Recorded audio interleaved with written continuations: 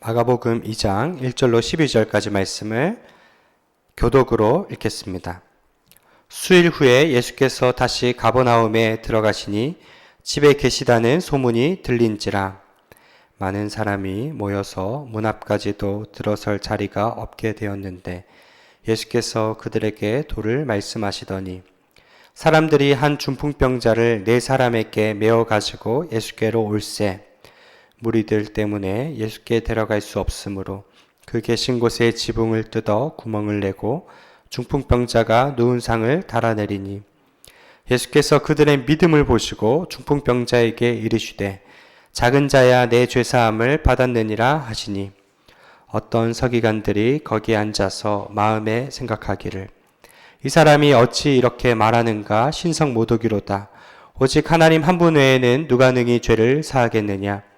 그들이 속으로 이렇게 생각하는 줄을 예수께서 곧 중심에 아시고 이르시되 어찌하여 이것을 마음에 생각하느냐.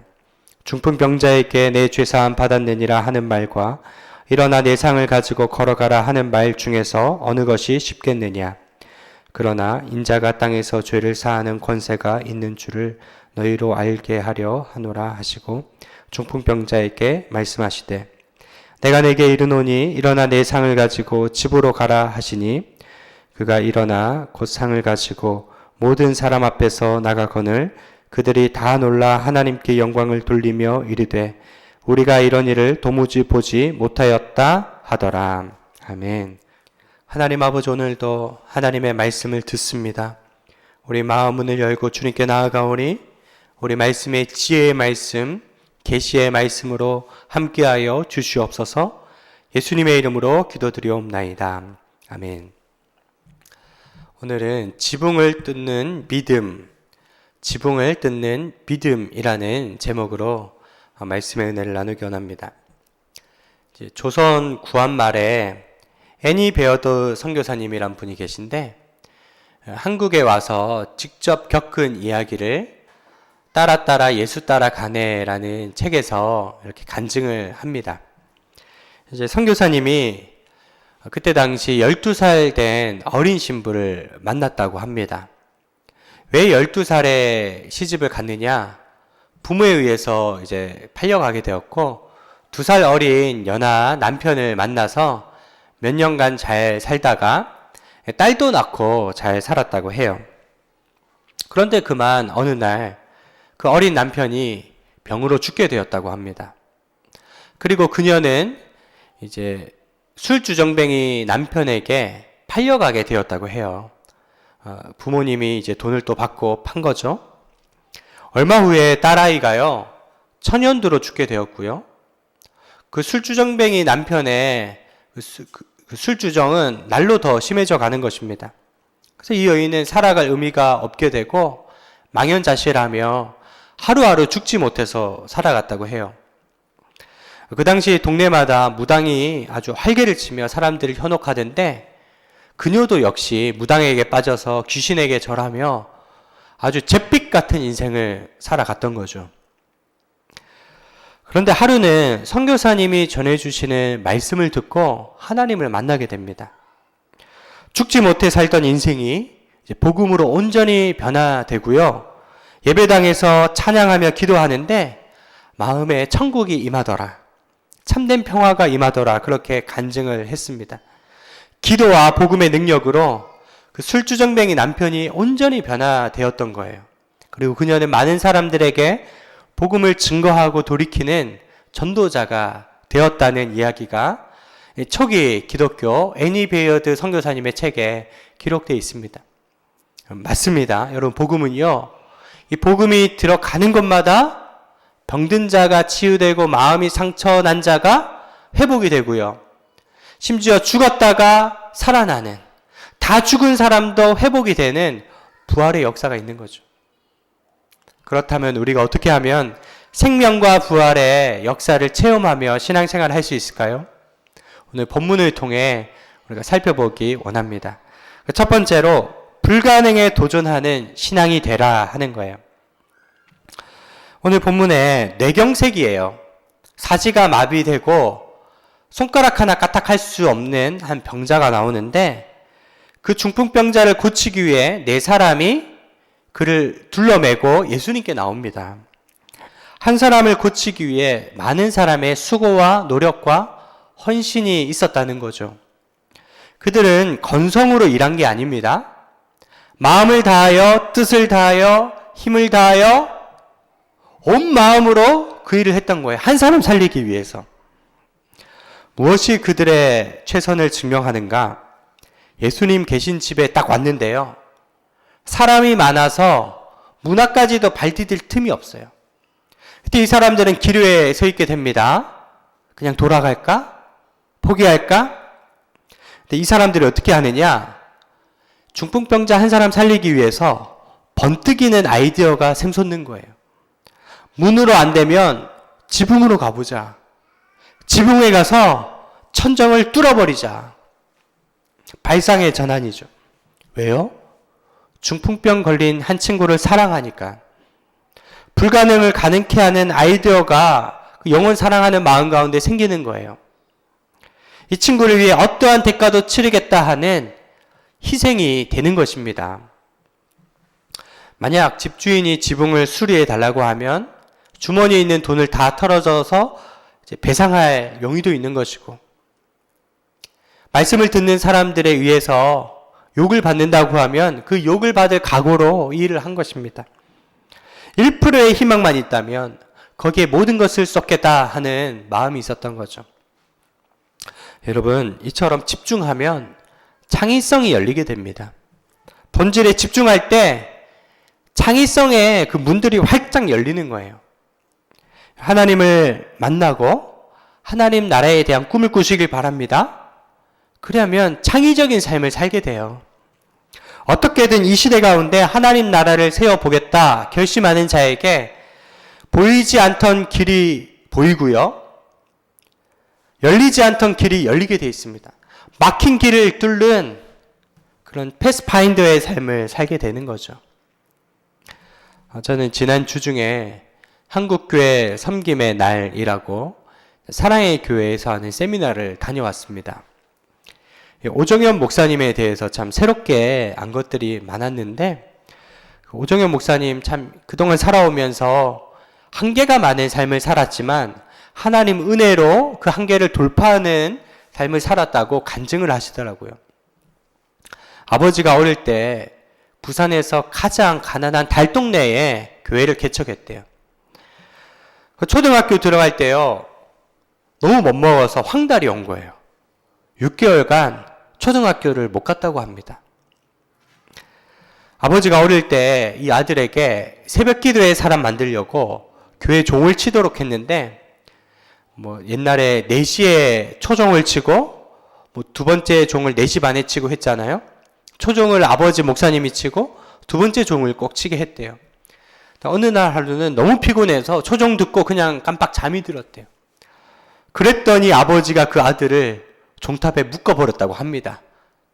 그 정도로 엄격한 신앙훈련을 받았는데도 그게 마음의 상처가 안 되었다는 것입니다. 부모의 마음을 아니까. 중학교 들어갈 때는요, 교복 살 돈이 없어서 아버지가 고등학교 때 입던 교복을 중학교 들어가는 아들에게 입혔다고 합니다. 그 정도로 가난하고 헐벗고 살았는데 열정의 사람이 되었던 거죠. 그래서 미국에 건너가서 신학 공부하고 교회 개척을 했는데 한 달에 월급이 500불이었대요. 그럼 두 아들이 있었는데 300불을 집세 내고 50불 11조하고 한 달을 150불로 사는데 코에 단내가 날 정도로 그렇게 가난하고 못 먹고 그럼에도 불구하고 늘 열정을 가지고 기도하고 목회했다고 합니다. 그래서 목사님이 처음 쓰신 책이 열정의 비전 메이커. 목사님의 트렌드 마크는 열정이었던 거죠. 최근에 사랑의 교회를 건축하면서 건축을 방해하는 분들의 온갖 중상모략, 미국에서 학위를 위조했다, 미국 교단에서 받은 목사 안수가 가짜다, 그런 여러 가지 모욕적인 이야기들을 들었을 때 정말 벼랑 끝에 서 있는 위태한 마음에서 매일 교회 가서 기도하고 산기도 했대요. 사라의 교회는 제천 기도 동산이라는 데가 있는데 아주 험산입니다. 이 벼랑이 많은데 거기서 떨어져 때로는 여기서 떨어지면 어떨까 하는 생각이 들 정도로, 그런 충동이 들 정도로 마음이 비참하고 힘들었는데 무려 7년을 꾸준히 인내하고 기도했더니 하나님이 안개 거치듯이 모든 그 어려움들을 다 거치게 해주셨다는 것입니다. 제가 참 도전을 받은 게 46살에 그 큰 사랑의 교회 옥하는 목사님 후임으로 왔잖아요. 20년 동안 지금 섬기면서 한 번도 내가 담임 목사라는 사실에 안주했던 적이 없대요. 개척교회 목사라는 마음을 가지고 전심전력을 갖고 뛰셨다고 얘기를 하시더라고요. 그러면서 그 비전이 얼마나 큰지, 그 10년 후면 2033년이잖아요. 그 요즘 슬로건이 그렇더라고요.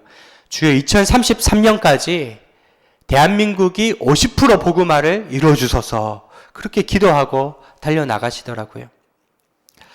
여러분, 그 비전이 참 무모한 비전이 아니에요. 미래학자 최용식 박사님이 2050 한국교회 다시 일어난다라는 책에 이런 얘기를 했어요. 남한과 북한이 통일되면 이 땅에 복음화가 가능하다는 것입니다. 믿음의 야성으로 깨어서 일어난다는 구체적인 로드맵을 이야기하시더라고요. 우리가 1차 부흥은 1907 평양 대부흥이었고, 2차 부흥은 6.25 때 일어났고, 3차 부흥은 70년대 보릿고개 때 일어났잖아요. 그리고 쭉 우리 한국교회가 침체기에 접어들게 되었는데, 여러분 4차 부흥은 반드시 오는데 우리가 깨어서 기도하고 통일을 준비하고 열정을 갖고 나아가는 자에게 하나님이 창조력을 주시고요, 그 부흥의 문을 열어주신다는 것입니다. 부흥의 역사를 보면 그것을 알 수 있는데, 찰스 피니, 윌리엄 시무어, 무디 목사님, 존 웨슬리, 여러분 그들이 일으켰던 부흥들도 모두 아주 작은 골방에서 시작되어서 조그만한 불씨가 산불처럼 다 옮겨 붙더니 나라가 뒤집어지는 역사들이 일어났잖아요. 여러분, 저는 간절히 소망하는 것이, 여러분이 내 친구와 같이 하나님을 향한 간절한 마음을 가지고 여러분 낙심하지 않고 나아간다면 반드시 하나님께서 우리 미셔널 교회를 사용하시고 여러분 인생을 축복되게 이끌어 주실 줄 확신합니다. 큰 도전과 한계 상황에 직면하여 여러분 낙심하지 말고 아주 작은 가능성이라도 발견해서 순종하고 나아간다면요, 하나님은 그것을 보시고 귀한 역사를 일으켜 주실 것입니다. 위험을 감수하지 않고는 창의성의 문이 열리지 않습니다. 내 친구가 지붕을 뜯어냈기 때문에 집주인에게 배상했을 수도 있고, 또 많은 말씀을 듣는 사람들에게 손가락질 당할 수도 있지만, 그렇게 했기 때문에 여러분 이 친구가 회복받을 수 있었다는 거예요. 여러분, 우리 주변에 예수님께 스스로 나올 수 없는 많은 사람들이 있습니다. 전하는 자 없이 어찌 들으리요. 너희는 강건하여 이 자리를 채우라. 그렇게 말씀하셨어요. 여러분, 우리에게 믿음의 야성이 필요합니다. 이곳에 교회가 있다는 것을 알지만 어떤 교회인지 몰라서 못 나오는 분들도 있고, 코로나 이후에 교회 안 나기 시작했는데 지금까지 장기 휴식에 들어간 분들이 있습니다. 우리가 그들을 품고 기도해야 될 줄 확신합니다. 지난 주 중에도 그러한 기도 제목을 가지고 나오신 어떤 성도님을 만났거든요. 그래서 11월 14일부터 자연교회 전도팀이 와서 함께 전도하기로 했어요. 큰 산 아래가 무엇이냐? 수르바벨 앞에서 평지가 되리라. 여러분, 우리의 상황이 아무리 어렵다 할지라도 하나님께서 반드시 돌파해 내주시고 귀하게 함께 해주실 줄로 확신합니다. 그래서 오늘 첫 번째 메시지, 여러분 불가능을 가능케 하는 믿음, 지붕을 뚫는 창조성을 가지고 살아가시기를 축원드립니다. 여러분, 이런 꿈이 있고 열정이 있으면 청년이에요.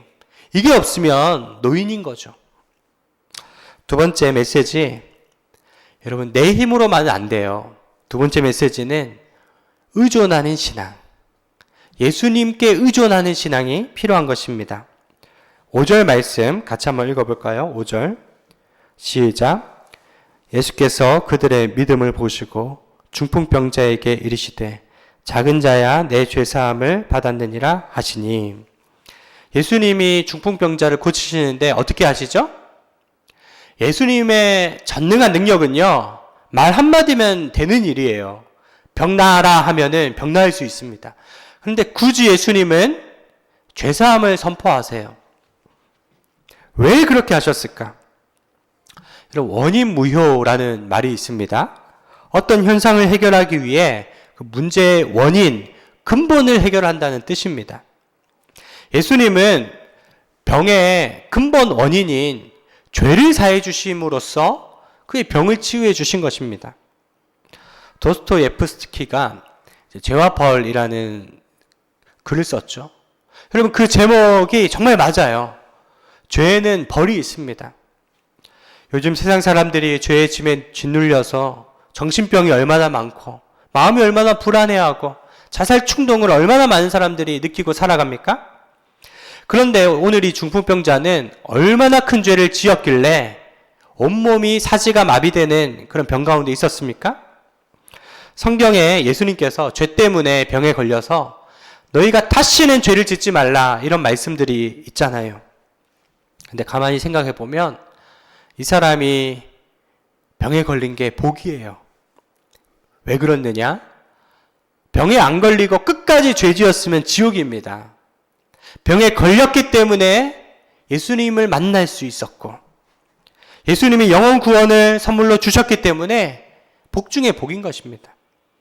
여러분, 우리 인생이 죄가 있고 병들고 때론 좌절을 경험하지만 예수님의 은혜는요, 모든 죄와 모든 그 상한 것들을 덮어버릴 정도로 크고 놀랍다는 사실이죠. 그때 서기관들이 이것은 신속모독이라며 속으로 생각합니다. 7절 말씀 우리 함께 읽겠습니다. 시작. 이 사람이 어찌 이렇게 말하는가? 신성모독이로다. 오직 하나님 한 분 외에는 누가 능히 죄를 사하겠느냐. 서기관들이 의문을 가진 거죠. 아니, 인간 사람이 어찌하여 사람의 죄를 사해 줄 수 있느냐? 하나님밖에 사람의 죄를 사해 주지 못하느냐? 이런 의문을 갖는 거죠. 유대인의 관점에서 구약의 죄는 어떻게 사해지느냐? 4가지예요. 첫째, 제사장이 있어야 되고요. 둘째, 피 흘리는 제물이 있어야 되고, 셋째, 죄사를 의뢰하는 사람이 제물에게 자기 죄를 전가해야 되고, 넷째, 하나님이 죄를 사해 주시는 것입니다. 그런데 어떻게 예수님이 죄를 사해 주신다고 합니까? 예수님이 4가지 조건을 다 충족시키세요. 왜냐? 첫째, 예수님이 대제사장이십니다. 둘째, 예수님이 세상 죄를 지고 가는 하나님의 어린 양이십니다. 셋째, 중풍병자는 비록 사지를 못 써서 손가락 까딱 못해서 죄를 전가할 수는 없지만 예수님이 그 마음을 아시거든요. 넷째, 나와 아버지는 하나이니라. 예수님이 하나시기 때문에 죄를 사해 주실 수 있습니다. 여러분, 이 사실을 마음에 확신하십시오. 예수님은 우리의 더럽고 추악한 죄를 깨끗하게 씻어 주실 수 있으십니다. 원인 무효, 모든 문제의 근본을 해결해 주시는 분이세요. 그래서 9절 말씀 예수님이 뭐라고 답해 주시죠? 중풍병자에게 내 죄사함을 받았느니라 하는 말과 일어나 내 상을 가지고 걸어가라 하는 말 중에서 어느 것이 쉽겠느냐? 말은 쉽죠. 여러분, 사람이 말은 못하겠어요? 죄사함 받았는지 안 받았는지 모르기 때문에 눈으로 확인할 수 없잖아요? 말은 누구나 할 수 있습니다.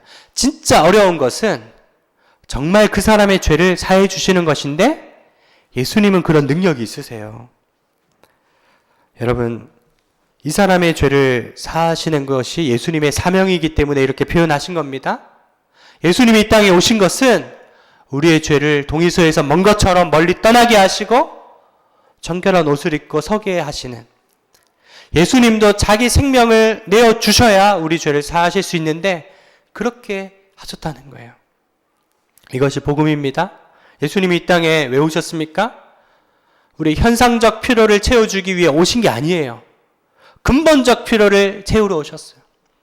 마가복음 10장 45절, 인자가 온 것은 섬김을 받으려 함이 아니라 도리어 섬기려 하고 자기 목숨을 많은 사람에게 대속물로 주려 함이라. 여러분, 그러므로 예수님 안에 온전한 자유가 있습니다. 예수님 안에 죄사함의 문제뿐 아니라 나머지 영역들도 다 해결될 줄 확신합니다. 10절 읽겠습니다. 시작. 그러나 인자가 땅에서 죄를 사하는 권세가 있는 줄을 너희로 알게 하려 하노라 하시고 중풍병자에게 말씀하시되. 아멘. 여러분, 어떤 문제가 있으십니까? 자녀 문제, 재정 문제, 질병 문제, 모든 근본 키는 예수님께 있습니다. 죄사해 주시는 예수님. 오늘 그분을 붙잡고 나아가시기를 주님의 이름으로 축원드립니다. 말씀을 맺으면서요. 그러면 오늘 이 말씀을 우리 삶에 어떻게 적용할까? 여러분, 협력하는 신앙을 가져야 돼요. 한 사람의 중풍병자를 살리기 위해 몇 명이 협력했나요? 4사람이 협력을 했죠. 침상째 메고 오는 수고를 했고요. 이 성인 남자를 천장까지 올릴 뿐 아니라 달아내리는데요. 까딱 잘못하면 침상이 떨어집니다. 4사람 중에 한 사람만 힘을 잘못 줘도요. 기울어져서 밑에 있는 사람들도 위험한 상황입니다. 4사람이 똑같이 책임감과 주인의식을 갖고 이 일을 했기 때문에 이 사람이 살아나게 되었고 영혼 구원이 선포되었던 것이죠. 우리는 한 영혼을 살리기 위해 같이 기도하고 협동하고 협력해야 돼요. 현대 교회 문제는요, 유기체가 아니라 조직체로 전락되기 때문입니다. 소수의 사람에게만 리더십을 맡겨놓고 사람들은 구경만 하고 평가만 해요. 교회 무슨 문제 있잖아요? 누구 책임이냐? 누가 이랬느냐? 잘잘못을 따지는 것입니다. 유기체적인 교회는 어떻습니까? 이 문제가 내 문제예요. 우리 먼저 기도해야 되지 않느냐며 우리 예수 그리스도에서 한 몸으로서 서로를 생각하는 것입니다. 여러분, 철새들이 V자 편대를 이루며 날아가잖아요. 맨 앞에 날아가던 새가 지치면 두 번째 새가 앞으로 가는 거죠. 그때 엄청난 시너지 효과를 이루어내서요.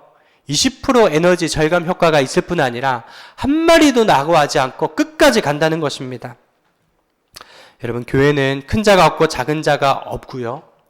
교회는 소수의 사람만 번아웃 되도록 열심히 뛰는 교회가 아닙니다. 조금 천천히 가더라도 서로 가족이 되어서 손을 붙잡고 함께 나아가는 공동체죠.